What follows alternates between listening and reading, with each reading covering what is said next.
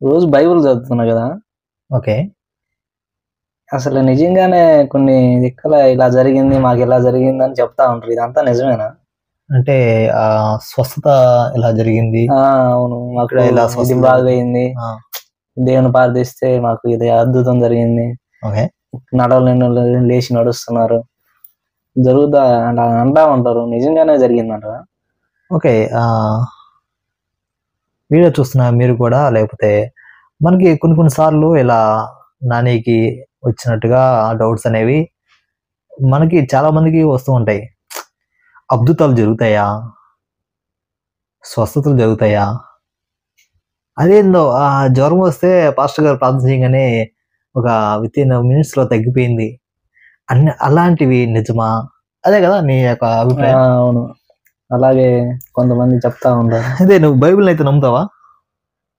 నమ్ముతాను. మనం బైబిల్‌ని నమ్ముతాము కాబట్టి సో,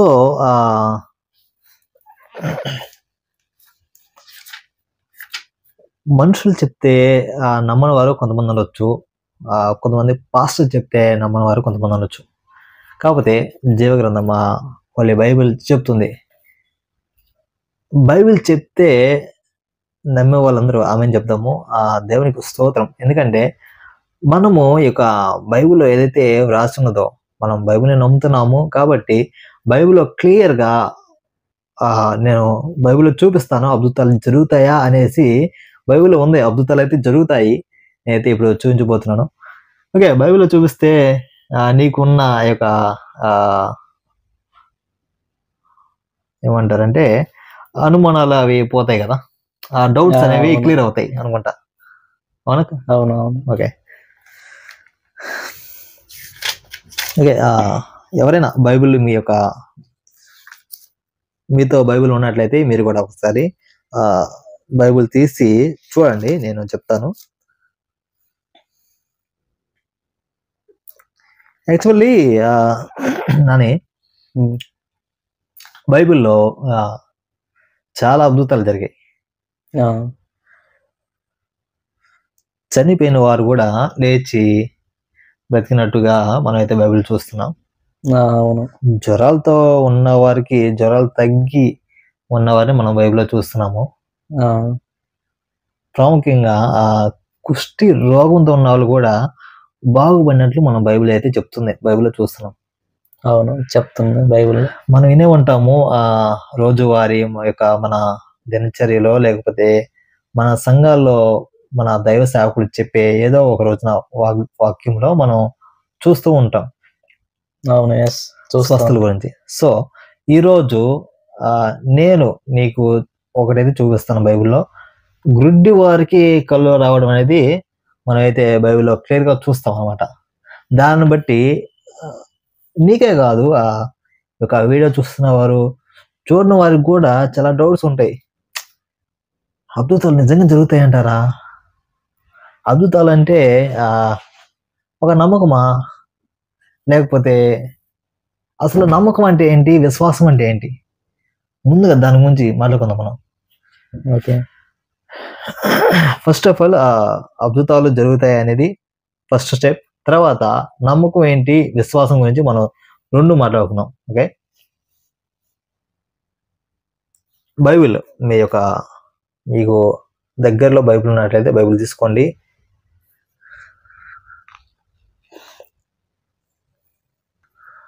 బైబిల్ గ్రంథంలో క్రొత్త నిబంధన మార్కు సువార్త, మత్తయి సువార్త, నెక్స్ట్ మార్కు సువార్త ఉంటుంది.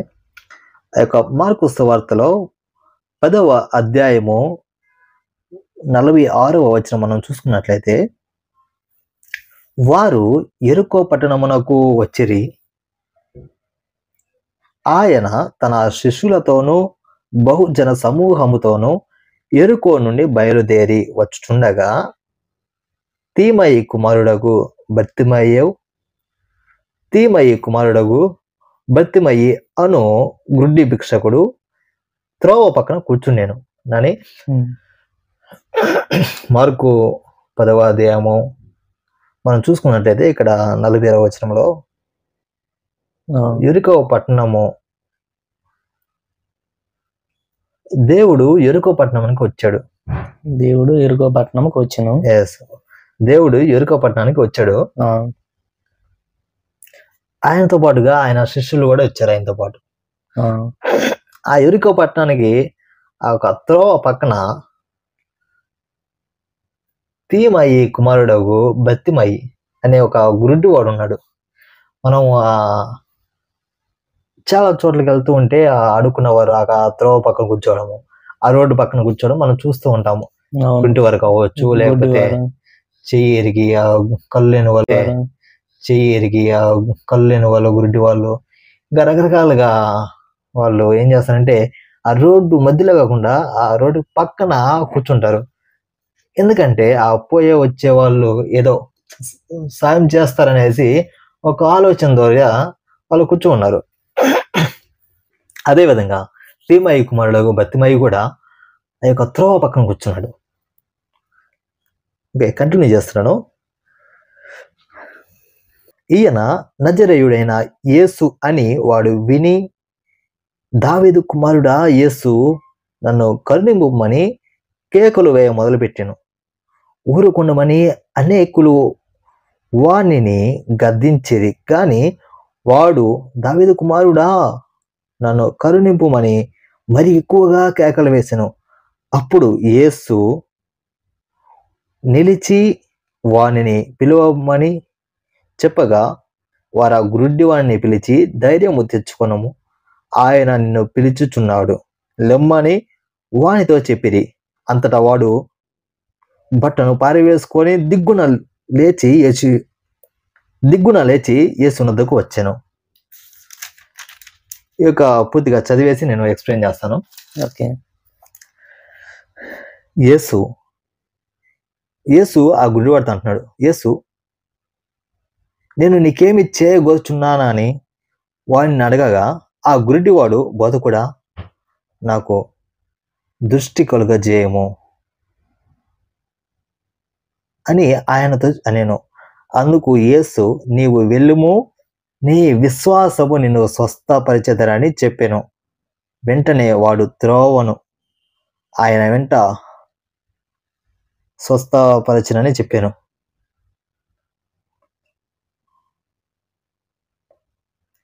వెంటనే వాడు త్రోవను ఆయన వెంట చూపు పొంది వెళ్ళాను. ఆమేన్.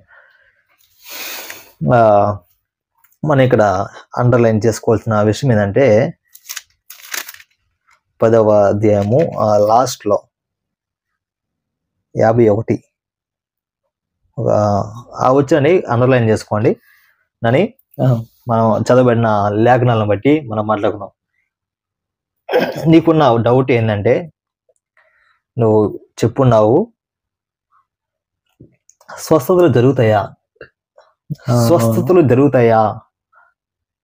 అద్భుతాలు జరుగుతాయా అనే డౌట్ నీకే కాదు చాలా మందికి ఉన్నాయి.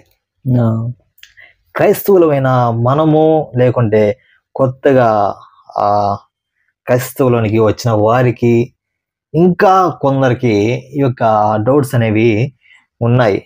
సో చాలా మందికి ఉన్నాయి. దాన్ని బట్టి మనం ఈ రోజున క్లియర్గా చూపించాను బైబిల్లో. గుడ్డివాడిని మనం ఉదాహరణగా కాదు, అక్కడ బైబిల్లో ఉన్నదే. ఆ గుడ్డివాడు ఆ రోజున స్వస్థ పొందాడు. ఈ రోజున మనం బైబిల్ చదువుతున్నాము, ఆ యొక్క విషయాన్ని మనం గుర్తు చేసుకుంటున్నాము, ఆ సంఘటనని మనం పరిశీలిస్తున్నాము. ఈ యెరికో పట్టణానికి దేవుడు వచ్చాడు. దేవుడు రాగానే ఆయన ఒకరిగా కాకుండా అతను శిష్యులతో పాటు వచ్చాడు. దేవుడు రాగానే అనేకులు ఆయన చుట్టూ చేరారు. అతను చుట్టూ చేరి ఆ యెరికో పట్టణం నుంచి ఆయన ఆ యొక్క మార్గం వెళుచుండగా, ఆ త్రోవ పక్కన కూర్చున్న గుడ్డివాడు, ఈ యొక్క యేసుని వెంబడిస్తున్న అనేకులు, ఉదాహరణగా చెప్పాలంటే ఒక సినీ నటుడు మన గ్రామానికో లేకపోతే మన యొక్క కాలనీకో వస్తే జనాలందరూ అతన్ని చుట్టుముడతారు. ఓకే, ఎందుకు చుట్టుముడతారు? అతను సెలబ్రిటీ, లేకపోతే అతను సినీ నటి అనేసి అందరికి తెలుసు. సో అందుకనేసి అతన్ని అందరూ చుట్టుముట్టారు. అలాగనే ఆ రోజున యేసు ప్రభువుని ఆ యెరికో పట్టణానికి వచ్చాక ఆయన ఆ మార్గమున వెళ్తుండగా అందరూ అతని వెంబడిస్తున్నారు. అందరూ అనుకుంటూ ఉన్నారు, ఆయన నజరేయుడైన యేసు, ఆయన మనకున్న ఆ సమస్యల్ని తీరుస్తాడు అనేసి అందరూ అనుకుంటూ ఉంటుంటే ఆ త్రోవ పక్కన కూర్చున్న ఆ గుడ్డివాడు ఆ మాటలు విని వాడు అనుకుంటున్నాడు, నన్ను అతను బాగు చేస్తాడు, అతనే బాగు చేయగలడు. అవును. ఆ గుడ్డివాడు ఏమనుకున్నాడంటే వాళ్ళ జనాల మాటలని నన్ను బాగు చేస్తాడని అనుకొని ఆయనే నన్ను బాగు చేయగలడు అనేసి విశ్వసించాడు. Okay, yes. గమనించండి. నాతో పాటు ఈ యొక్క వీడియో చూస్తున్న ప్రతి ఒక్కరికి నేను తెలియజేస్తుంది ఏంటంటే, ఆ గుడ్డివాడికి కళ్ళు లేవు, అతని కళ్ళు లేవు, అతను చూడలేదు. ఆ యేసు ప్రభు చేసిన అద్భుతాలు ఆయన చూడకుండా ఏమైంది? నమ్మకం ఒకటి, అతను చేయగలడని ఒక నమ్మకం ఏర్పడి అతనిలో విశ్వాసం ఎక్కువైంది, విశ్వసించాడు. మనం రెండోదిగా ఇందాక స్టార్టింగ్లో చెప్పుకున్నట్టుగా నమ్మకం ప్లస్ విశ్వాసం గురించి 2 నిమిషాల్లో చెప్తాను. నమ్మకం అంటే నాని ఏదైనా బలంగా మనం చూస్తేనే నమ్మేదాన్ని నమ్మకం అంటారు. నాని ఆ బిల్డింగ్ కింద ఒక 100 దిరమ్స్ పడ్డాయి, తెచ్చుకో అంటే నువ్వేమంటావు? హే దయా, నేను చూస్తేగా నమ్మను, అయ్యి నీ మాటలు ఎలా నమ్మగలను అని నన్ను అనగలవు. అవును. అట్లా కాదు, నేను చెప్పాను అనేసి స్ట్రైట్కి వెళ్ళడం దాన్ని విశ్వాసం అంటారు.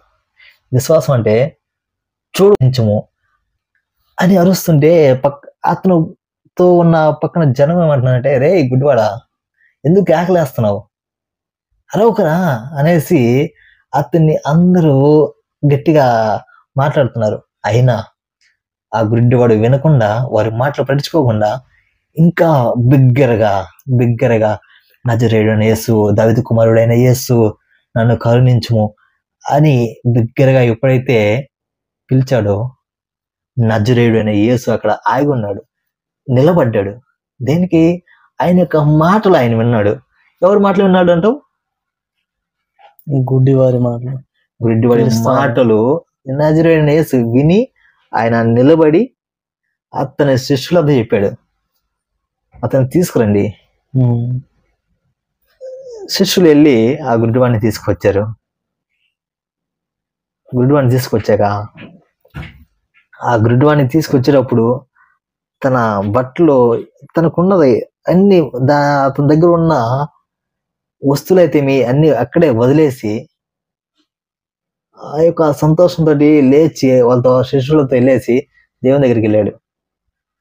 బట్టను పారి వేసుకొని అని బైబిల్లో రాసి ఉంది. బట్టను పారి వేసుకొని అంటే అతనుకున్న అక్కడున్న వస్తువులు కావచ్చు, అతని బట్టలు కావచ్చు, మొత్తాన్ని అక్కడే వదిలేసి దేవుని దగ్గరికి రావడం అనేది జరిగింది. దేవుడు అడుగుతున్నాడు, దేనికి ఇంత పెద్దగా కేకలు వేస్తున్నావు, నేను నీకేం చేయగలను అంటే, గుడ్డివాడు అంటున్నాడు, నాకు కళ్ళు కనిపించవు, నేను గుడ్డివాడిని, నన్ను కరుణించండి అని యేసుతో చెప్పగా, యేసు తాకాడా? దేవుడు ఏమన్నాడంటే, నీ విశ్వాసము నిన్ను బాగు చేస్తుంది, బాగు చేస్తుంది. దేవుడికి ఆ రోజున తెలుసు. దేవుడు అనుకోమంటాడు, ఇతను చూసి నమ్మలేదు, ఇదే విశ్వాసము అని దేవుడికి ఆల్రెడీ తెలుసు.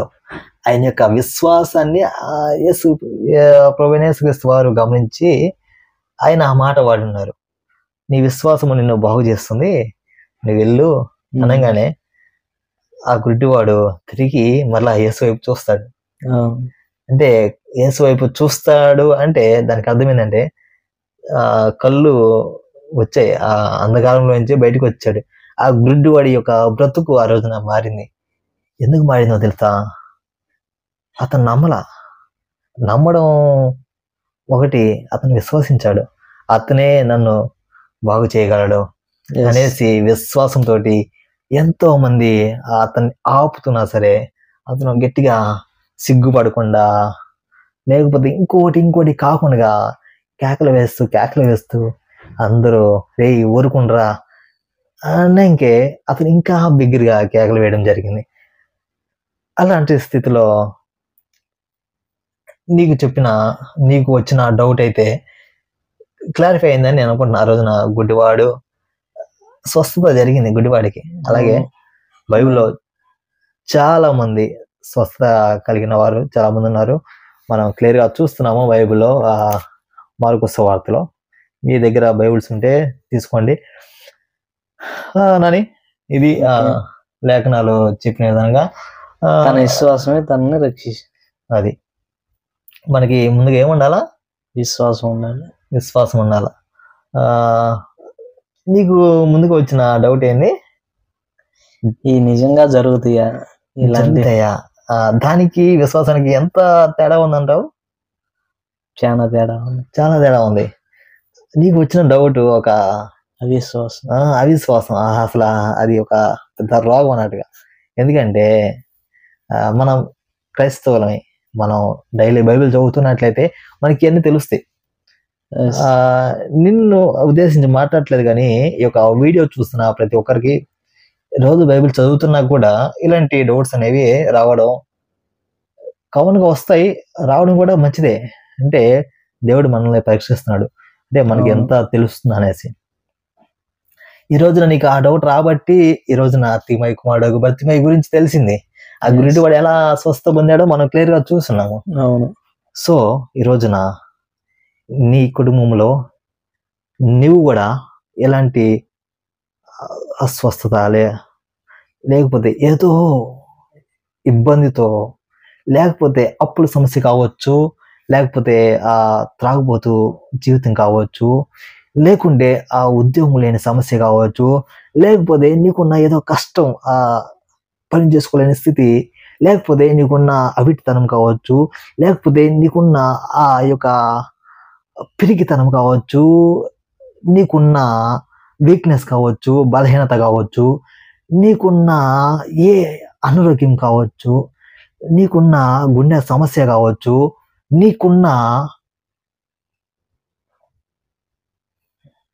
నీకున్న బలహీనత ఏదైనా కావచ్చు, ఈ రోజున మనం విశ్వాసంతో దేవుని అడుగుదామా? వీడియో చూస్తున్న విశ్వాసంతో అడగాలి. నేను కలిసి ఒక కొద్ది నిమిషాల తర్వాత ప్రార్థన చేయబోతున్నాం. నీవు నమ్మినట్లయితే ఆ రోజున నీవు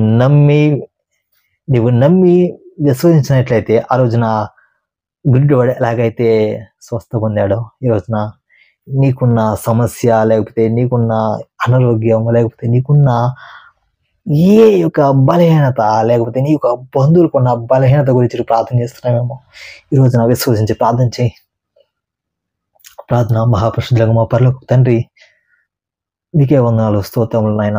ఈ ఆ ఉద్యోగం లేని సమస్య కావచ్చు, లేకపోతే నీకున్న ఏదో కష్టం ఆ పని చేసుకోలేని స్థితి, లేకపోతే నీకున్న అవిటితనం కావచ్చు, లేకపోతే నీకున్న ఆ యొక్క పిరికితనం కావచ్చు, నీకున్న వీక్నెస్ కావచ్చు, బలహీనత కావచ్చు, నీకున్న ఏ అనారోగ్యం కావచ్చు, నీకున్న గుండె సమస్య కావచ్చు, నీకున్న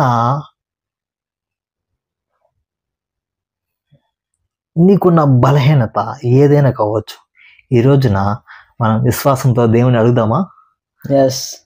వీడియో చూస్తున్న విశ్వాసంతో అడగాలి. నేను కలిసి ఒక కొద్ది నిమిషాల తర్వాత ప్రార్థన చేయబోతున్నాం. నీవు నమ్మినట్లయితే ఆ రోజున నీవు నమ్మి విశ్వసించినట్లయితే ఆ రోజున గుడ్డివాడు ఎలాగైతే స్వస్థ పొందాడో, ఈ రోజున నీకున్న సమస్య, లేకపోతే నీకున్న అనారోగ్యం, లేకపోతే నీకున్న ఏ యొక్క బలహీనత, లేకపోతే నీ యొక్క బంధువులకున్న బలహీనత గురించి ప్రార్థన చేస్తున్నామేమో, ఈ రోజున విశ్వసించి ప్రార్థన చేయి. ప్రార్థన. మహాపరిశుద్ధులకు మా పరలోకపు తండ్రి, నీకే వందనాలు, స్తోత్రములు నాయన. ఈ రోజున నేను కలిసి ఈ యొక్క చిన్న ప్రార్థన కూటంలాగా, లేకుంటే ఎక్కడైతే ఇద్దరు ముగ్గురు కూడిన నామూన స్తుతిస్తారు, నేను అక్కడ ఉన్నాను అని. ఆయన దేవా మీకే వందనాలు, మేమిద్దరంగా ప్లస్ మీతో పాటు మేము ఉన్నామని మేము విశ్వసించి మేము అనుకుంటున్నాము తండ్రి. కృప చూపించండి. ఎవరైతే ఈ యొక్క వీడియో సందర్శిస్తున్నారో చూస్తున్నారో వారి యొక్క కుటుంబంలో ఉన్న అవిశ్వాసము, అవినమ్మకము, వారికి ఉన్న బలహీనత, వారికి ఉన్న జాబు లేని జీవితాలు, వారికి ఉన్న త్రాగుబోతు జీవితాలు, వారికి ఉన్న అవిటితనము, వారికి ఉన్న రోగము, ఎవరికి చెప్పుకోలేని రోగం ఉందేమో, వారికి ఉన్న భయం, పిరికితనం కావచ్చు, వారికి ఉన్న సాతాను శక్తులు కావచ్చు, వారికి ఉన్న అప్పుల సమస్యలు కావచ్చు తండ్రి, వారికి ఉన్న వేదన కావచ్చు, వారి యొక్క కుటుంబంలో సమాధానం లేనిగా ఉన్నారేమో. అదేవిధంగా తండ్రి ఎన్నో చెప్పుకోలేని ఇబ్బందులతో, కోర్టు సమస్యలు కావచ్చు, లేకపోతే ఏదో ఒక సమస్యతో బాధపడుతూ ఉన్న వారిని గురించి మేము ప్రార్థిస్తున్నాము తండ్రి. కృప చూపించండి. ఈ యొక్క వీడియో చూస్తున్న ప్రతి ఒక్కరిని బట్టి మేము ప్రార్థిస్తున్నాము.